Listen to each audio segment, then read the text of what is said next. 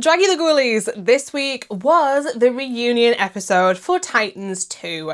And let's just say, I was expecting this to be more explosive than it actually was. Like, it was still explosive, but I was expecting season 4 levels of explosive, and thankfully, it didn't quite get to that level. Oh, thank God. If you're new here though and have no idea who I am, I'm Hannah, but I go by Hordes online, and I talk about horror movies and the Boulet brothers Dragula here on my channel. So if that sounds like something you might be interested in, maybe hit that subscribe button and join the golden ghouls here within the Dragula side of my community. But I am going to change up the format ever so slightly with this recap and review compared to normal, where normally I would talk about everything that happened in an episode. Today, I'm going to be primarily focusing on any of the drama that was brought up that relates to things that have been going on throughout the entire season, and just giving my general opinions and thoughts on that side in particular. The episode starts with a montage of behind the scenes snippets mixed in with things that are going to happen on the stage throughout this reunion. And to quote Loris, "Dearly beloved, we are gathered here today to mourn the fallen and celebrate the victorious. Welcome to your funeral, bitches." Okay, let's go. So let's start on a positive note, shall we? And talk about the looks for the reunion, because before the reunion had even aired over on Instagram, everybody's looks were already revealed. So I thought, because they didn't really get talked about or acknowledged on the episode, I would take a moment to just talk about how everybody looked and what they were wearing for the episode. Let's build everybody up a little bit. And we're going to go in the order that they were on the Instagram post, meaning the first person is Abora. And back on the Rocky Horror episode, I said I would love to have known what Abora's take on Riff Raff would be. And this is kind of what I was looking for. This cut, I love how it's like a masculine cut compared to a lot of other things that Abora tends to wear. I love that it is their signature colours, because Abora tends to wear a lot of black and white with this very pale baby pink. I think the lining of the suit being that very pale baby pink was such a great choice.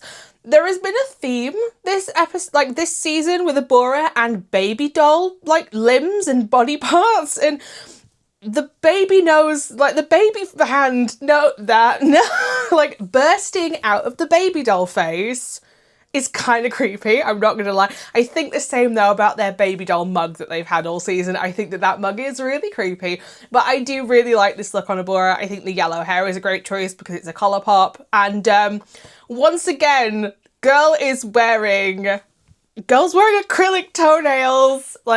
There's a theme going on here with Abora. It is baby doll limbs and very long toenails. What in the world? The next person was Eva, and this hair is beautiful with the the severed hand fascinator holding on the jewels that are dripping down. There is even glittery blood from the wrist of the hand dripping into the hair.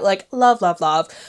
One of my favourite movies, in fact my favourite movie of all time, happens to be The Addams Family and The Addams Family Values from 1991 and 1993, and this gives me Debbie Delinsky kind of vibes, but I know Debbie wears white, but see where I'm going with this. This is, I have killed my 8th husband and I am running off with the inheritance money to find another husband so I can get even more money. I think that this outfit is beautiful, and Eva looks stunning in this. My husband was in that house. The next person is JK, and this gives me peak Cyndi Lauper. The hair and even the outfit is peak Cyndi Lauper. And JK even revealed over on Instagram that they spent the night before the reunion actually making this look in their hotel bathroom, which I kind of we love a crafty queen here on my channel. And I have the pictures right here on my laptop, so if you see me glancing, that's what I'm looking at.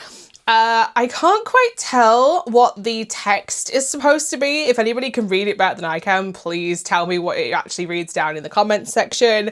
But JK's mug, as always, is flawless. It's very JK, and I'm not going to be mad at anybody that turns up and is ta-da, this is everything that you like think of when you think about me as a performer. I'm Cyndi Lauper. The next person was Cynthia, and Cynthia looks beautiful in this outfit. We love the puffy sleeves, all of the ruffles, the fact that there's the peekaboos of red going on everywhere.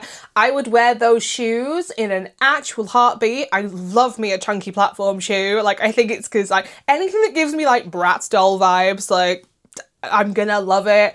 And Cynthia looks like a very glamorous Bratz doll going to a funeral in this. So I love this. I think that she looks great. I love the sort of red spiky pieces of hair that have got glitter on them, the embroidery on the bodice, like no notes. Like Cynthia looks beautiful in this. She's an icon, she's a legend, and she is the moment. Next is Jaharia, and this one is on the simpler side. But I also know the girl, along with Cynthia and Sigourney, has to take part in the final Hellbound Showdown.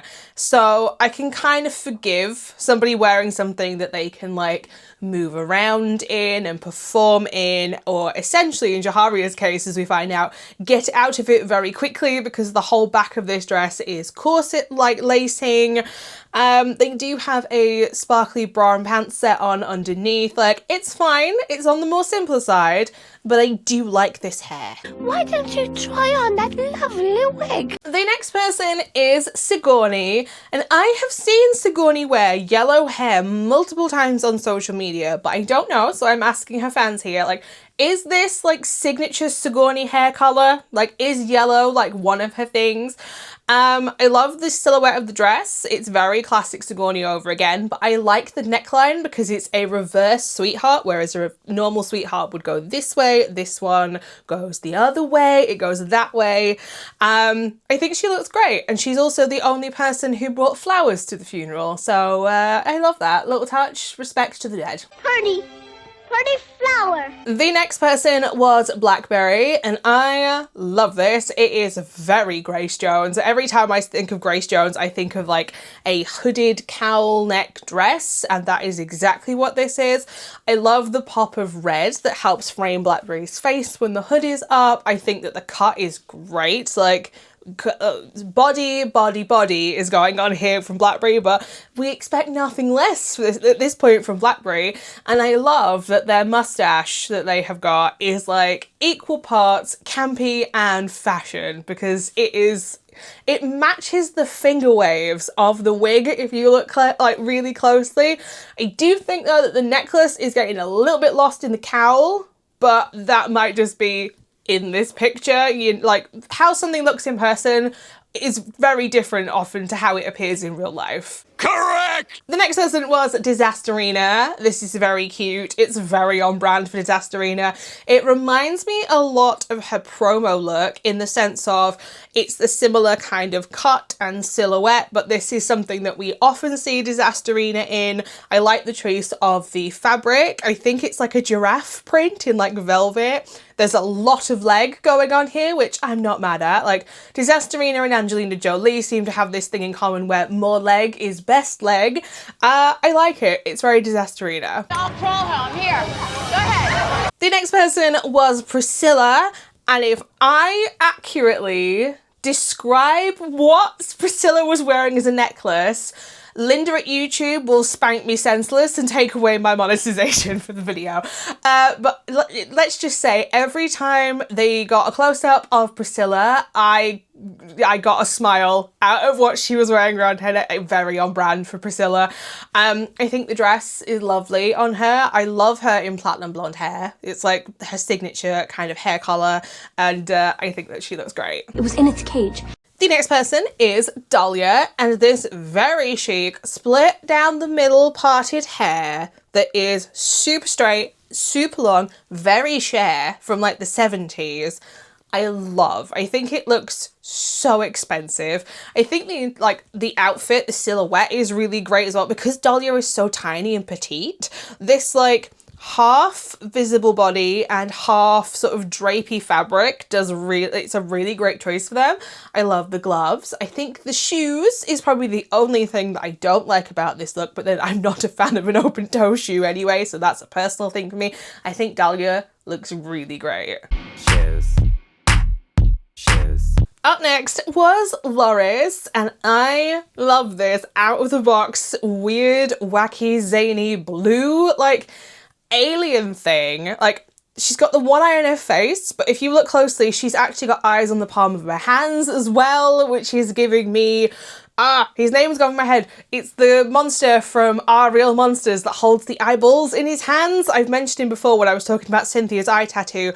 I think this is great. It is campy, it is fun, it is very Loris, and I think that they look great. Over there, talking to that weird blue alien.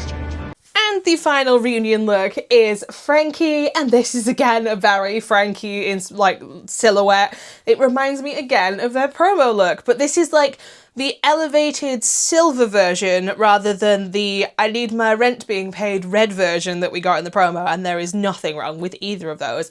I love the huge blonde hair, which adds some proportion to those like wondrous hips that Frankie always wears. Like, girl gives you like shape and body, and I like it. It's not one of my personal favourites, but it absolutely screams that it's Frankie Doom. Okay, so let's now jump into addressing all of the drama that came up and was discussed in the reunion. And up first, after the first mini break that was taken by the Titans, we are on to the Dalia Black situation. And I don't know whether I like respect or question Dalia for agreeing to do this reunion, because she clearly knew that it was going to be fiery, because there are so many people that had an issue with Dalia behind the scenes, and Dragula wastes no time coming straight out of the gate and saying, we are here to discuss the truth. Like, they say that we are gonna clear the air, we're gonna air the dirty laundry. And it turns out that Dalia had more drama than we actually realised. There was not only drama with Priscilla and Jade and Zava and everybody else, but there was drama with Loris.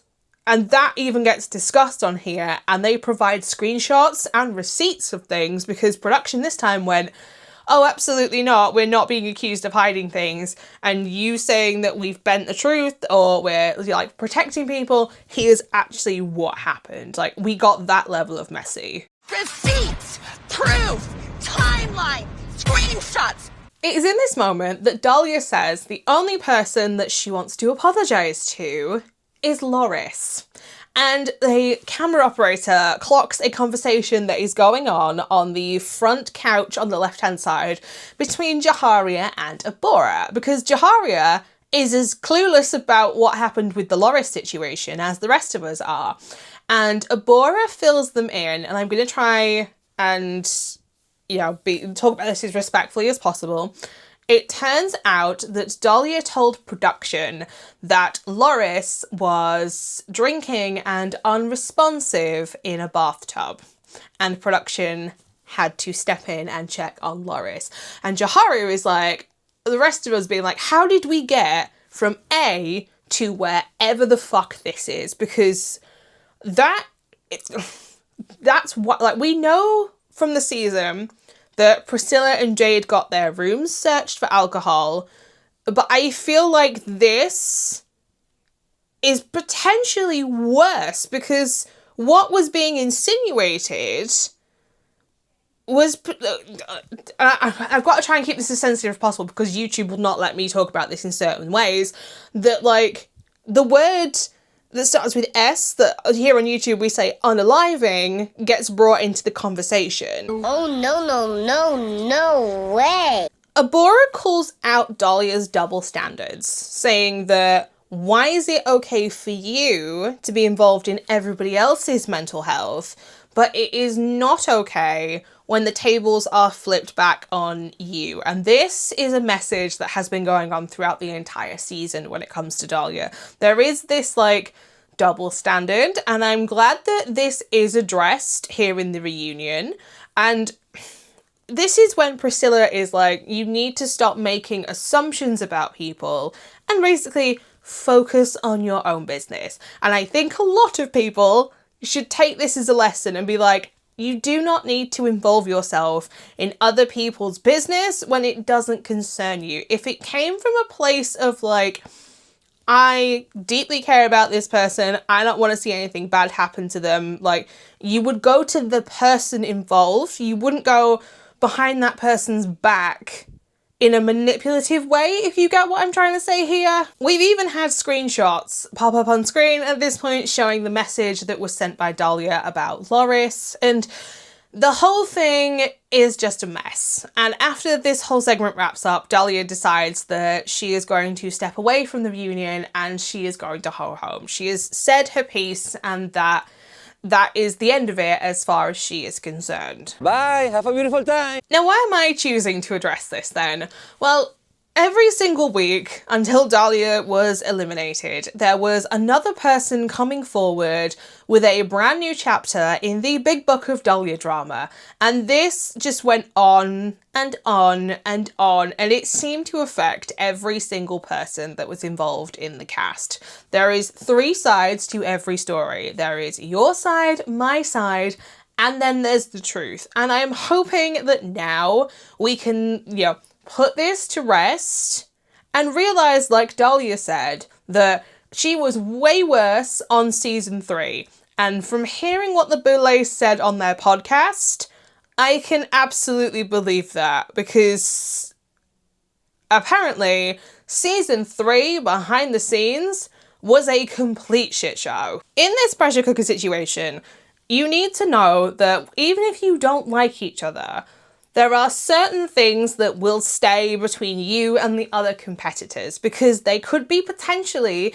not just reputation ruining, but life ruining if it got to that point. I'm not saying that you need to be the sisterhood of traveling pants, but there is a line, and it's knowing not to overstep that line. I'm going to briefly talk about the Cynthia and Blackberry drama that got discussed, because I honestly think that Cynthia finally had a breakthrough about everything that had been happening with their relationship during this reunion.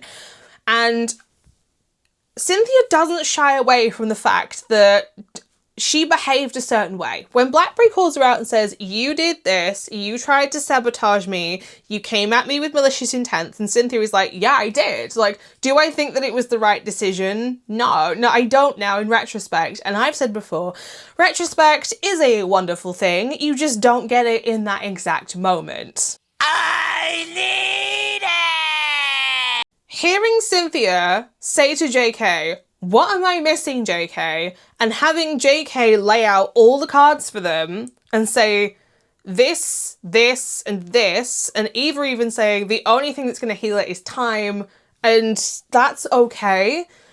You could see something switched in Cynthia. Like, you can tell that she's genuinely sorry for the way that she behaved, and she doesn't understand in that moment why Blackberry won't just, forgive and forget. And like Blackberry, I can hold a grudge. I'll heal in hell as far as I'm concerned if you wrong me. But I don't think that this relationship is beyond salvation. And this is just how I see things. You can choose to save a relationship if you want to, but both parties involved have to equally meet in the middle to repair the damage. If one person or no one involved says, I don't want to repair this, you can't force the other person to sit down and repair that relationship.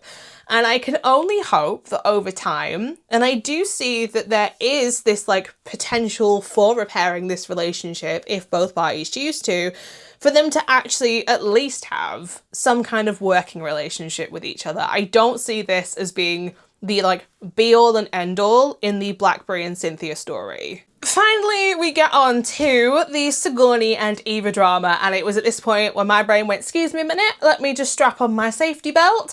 I'm going to need to put my arms and legs inside the moving ride at all times, because this one, it's about to go down. I'm yelling timber! Now, I'm going to try and keep this as diplomatic and down the middle as possible, but there are going to be people who are immediately like, well, Eva's your bias. And I'm aware of this. I've said openly that Eva is my favourite competitor on the show. Not just on Titans, but on the show in general. But that does not mean that I can't come at things objectively and see both sides in the argument. or all three sides in the case of this argument, because JK is also involved in this, because after Eva and Sigourney hash it out between themselves, then Sigourney and JK then turn on each other. But let's just say during this explosive drama, I was like the backbenchers on the couches for this part, who were doing a lot of rapid eye blinking, just trying to take in everything, because this is where everything got fiery. Come on, Queensberry rules. Eva makes a statement, and I think that whether you agree with the wording or not, it rings true to a lot of what I have been seeing on social media over the past few weeks since that explosive cauldron and Sigourney's exit from the show. And that quote from Eva was, "I regret your attitude because I still think you're a sickening entertainer. I regret your attitude based on the fact that you think this is personal. Ghoulies, I am going to put this on a t-shirt, I'm going to put this on a mug, I'm going to put this on a fucking billboard, because there are people who do not seem to realise that personal and competition are not the same thing. They are completely different and separate from each other. People need to realise that you can be friendly with people in a competition and you can build relationships, but also at the end of the day, it's a competition, and there can only be one person stood there at the very end, wearing a crown and cashing in a life-changing sum of money, in this case of $100,000. We see this time and time and again on competition shows where people cannot differentiate being friendly with someone and being in a competition. Like, we recently saw it here on the Traitors UK when Lucy absolutely popped off against Kat on social media and in person, being like, I made a friendship with you, and how can you eliminate me? Because it's the game. Like, if the shoe was on the other foot, just speaking competition in general, and you were in a competition, you can be friendly with somebody, but if they aren't eliminated, they could potentially win over you. So you do whatever you need to do, and makes you, like, if you can sleep at night making your decisions, go absolutely wild. Choices. My opinion on the cauldron still hasn't changed, and it's not because it was Eva in that situation. And I maintain, if that was me, and somebody spoke to me in the way that Sigourney spoke to Eva, I don't care what you identify as, who you are, what position you have in the competition. You could be the weakest or the strongest. If you spoke to me like that, I would send you home. And I'm not going to give you the opportunity to speak to me or anybody else in the following weeks the same way. Like, if you come at somebody with an attitude, you can't be mad when somebody comes back at you with that same attitude. Sigourney is asked in that moment who she would have sent home if she had been in that situation. And Sigourney replies saying that she would have sent home JK. But besides Eva, the two people who got the best critiques from the judges in the Rocky Horror Challenge was JK and Jaharia. So I'm just going to throw this out there in general and say, you may consider yourself to be one of the, let's put hypothetically, you consider yourself to be one of the best players in a competition, but you get eliminated for reasons that you think are personal. But when asked the same question, you decide that you would also eliminate somebody based on personal reasons rather than critique for that week. Is this not a double standard? I'm just pointing out facts here, because to me, that is a double standard. If you're concerned with fairness in the competition, you would choose to get rid of the person who had the worst critique that week, not the person that you had a personal vendetta with. Am I wrong? No. The Boulets, Swan in particular, asks Sigourney and Eva what is next for them. And Sigourney very quickly, and I have the quote here, says, "There won't be any rivalry because there won't be any Eva destruction in my life." And Eva responds saying, "If that's your truth, I can accept that." So this is me saying, drop it. Whether you're a fan of Sigourney or a fan of Eva, like myself, like, drop it now. It's been addressed. We can move on from this. And like I said with the Cynthia and Blackberry situation, you cannot force two people to mend a relationship unless both people actively want to fix that relationship. So if these two decide that they never want to speak to each other, never want to work with each other again, that's fine. Go and support whoever you want to support. And it doesn't mean that you have to purposely go out of your way to try and be mean and rancid to the other people involved in the situation. Scooby-Doo, take note. In regards to the whole, why is it only not acceptable when Sigourney speaks to people this way?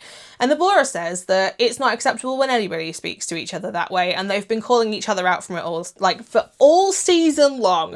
And I can say that I have seen them call each other out for other things, like how many times did we see Dalia called out for the way that they treated people? They even got called out for the way that they spoke to production crew members. So it's not just been let's all bash on Sigourney all season long. I have seen other people being called out for their behaviour. It might be that more of it has happened on camera with Sigourney than it has with other people. This is just me speculating. But it's like JK also says as well, and that is, and I've kind of got the quote here, you need real people in your life that will tell you when you fuck up. And it's not always a personal attack. And I 100% agree with this, because being open to, this is again in general, being open to hearing being open to hearing what people say about you often helps you put into perspective the way that you have been either behaving or acting or going about things. And this, like, you're then in a position where you can either choose to learn from this and move on in a way, or you can choose to ignore it and continue the vicious cycle, just increasing the number of people that you've hurt behind you. Like, I don't think that everything that has been said to Sigourney or to anybody on this show has 100% of the time been a personal attack. I think there are definitely moments where somebody has been like, you don't realise you are behaving this way, and you need to realise that you are behaving this way. You're tacky and I hate you. I can see both sides of the Sigourney coin, and there are going to be people out there who say, what the hell do I know about being a cis woman in a drag space? And I'm probably going to have to tell this story till I am blue in the face. But before the world shut down for multiple years, I worked with drag queens in a drag venue. I was a backstage manager, I was a stagehand, and I was a set builder. I wore many hats in the time that I worked with drag queens. And in that time, I was never on the receiving end of any kind of misogyny. I was only ever treated with love and respect by all the queens and the dancers that I worked with. And I absolutely know that this is not the case for every other cis woman that has worked in this kind of environment. To give you some idea, on an average night, we're talking, including bar staff, front of house, behind stage, maybe 50 employees on the premises, and I was the only cis woman. Not even just a queer woman, I was the only cis woman in the entire venue. When I hadn't been paid for 2 months because our boss was awful, it was the queens that rallied to get me paid. So I am very aware that my experience in this sort of environment is very unique. And I have heard so many stories from other cis women who've worked in drag spaces that do not have the same experience to me. And I am so sorry that people do not have the same experience that I did, because it should be a space that is like loving and accepting of all kinds of identities and genders, and you know what I mean? But unfortunately, it still isn't. So while I can relate in one way, I can also say I don't relate in another way, but I can empathize with everybody who has been in this situation. I am of the unchanging opinion that drag as an art form is for everybody, regardless of what a small minority within this community seem to think. I don't care whether you are cis, trans, non-binary, whether you are like whatever colour your skin is, whether you are able-bodied, whether you have a disability, whether you are, like, I don't care. Like, there is space for you in the world of drag, and if there isn't space, make it. There's room for everyone in this world. I wouldn't normally, but today I'm going to make an exception. There is a person within the drag community here that I see on Instagram and Reddit and including my comments section at one point, so I am going to use them as an example. But I will hide their identity this time, but because I'm not a completely heartless bitch, but if this continues, I could very quickly change my mind. And they recently posted a comment on Instagram on the post revealing everybody's looks for the reunion episode. And this is something that I have been seeing throughout this entire season and I need to address it. And that is, if you read this comment, people who take any kind of critique against Sigourney and scream misogyny while simultaneously referring to the rest of this cast as men in wigs.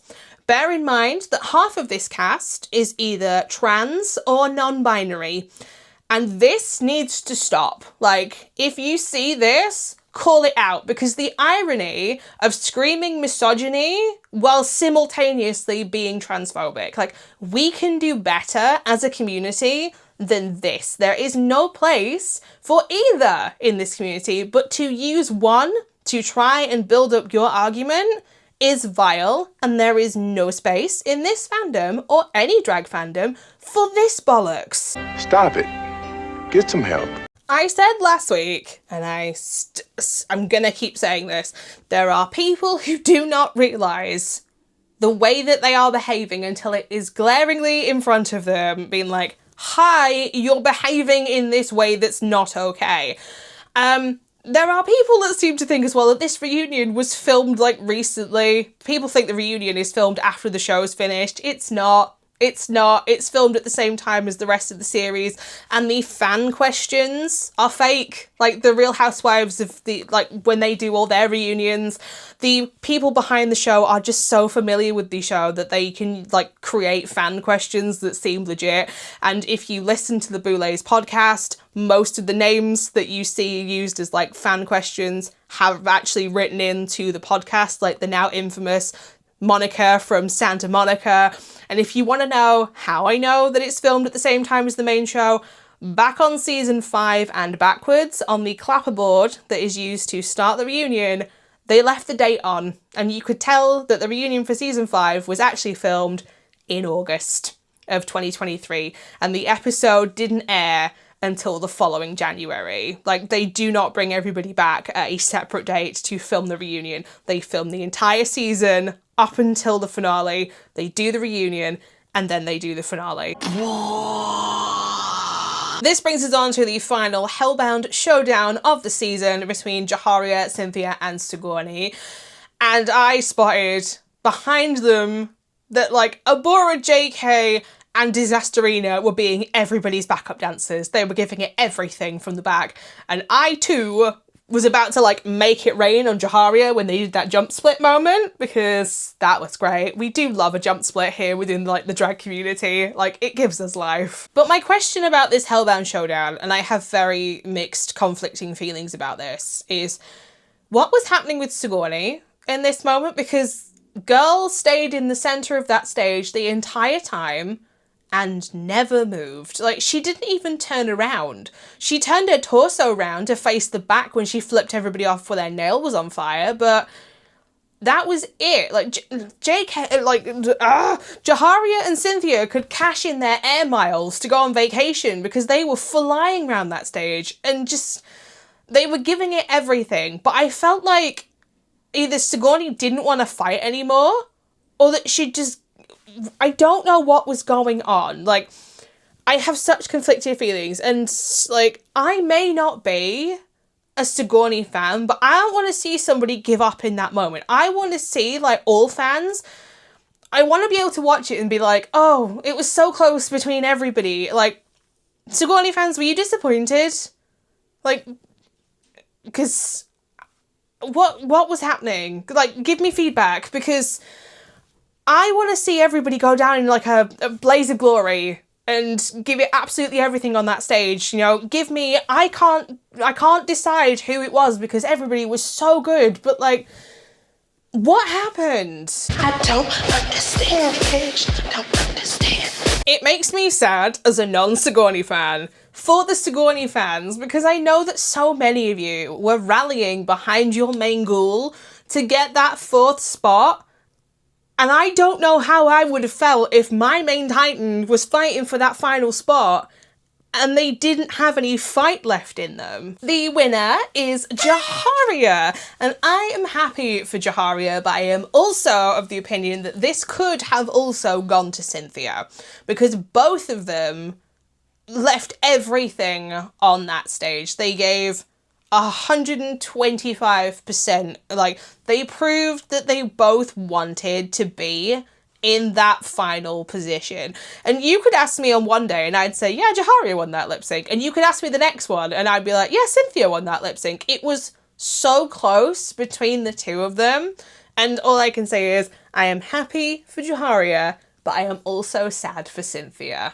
And their fan bases, neither of them should be sad about those performances in that lip sync, because both of them did y'all so proud as their fan bases. And next week is the finale, and we know that it is now going to be Eva, JK, Abora, and Jaharia doing the 4 Horsemen of the Apocalypse challenge, and I'm very excited for this because there's going to be 16 different looks walk down that runway. I will say as well quickly that I am sad that, you know, Jade and Zava weren't at this feuding, because I think Jade would have eaten everybody alive. This, like, when people started getting shady and calling people out, and Jade would have been very quick to be like, that's not how it happened, because we know that that's how our girl does things.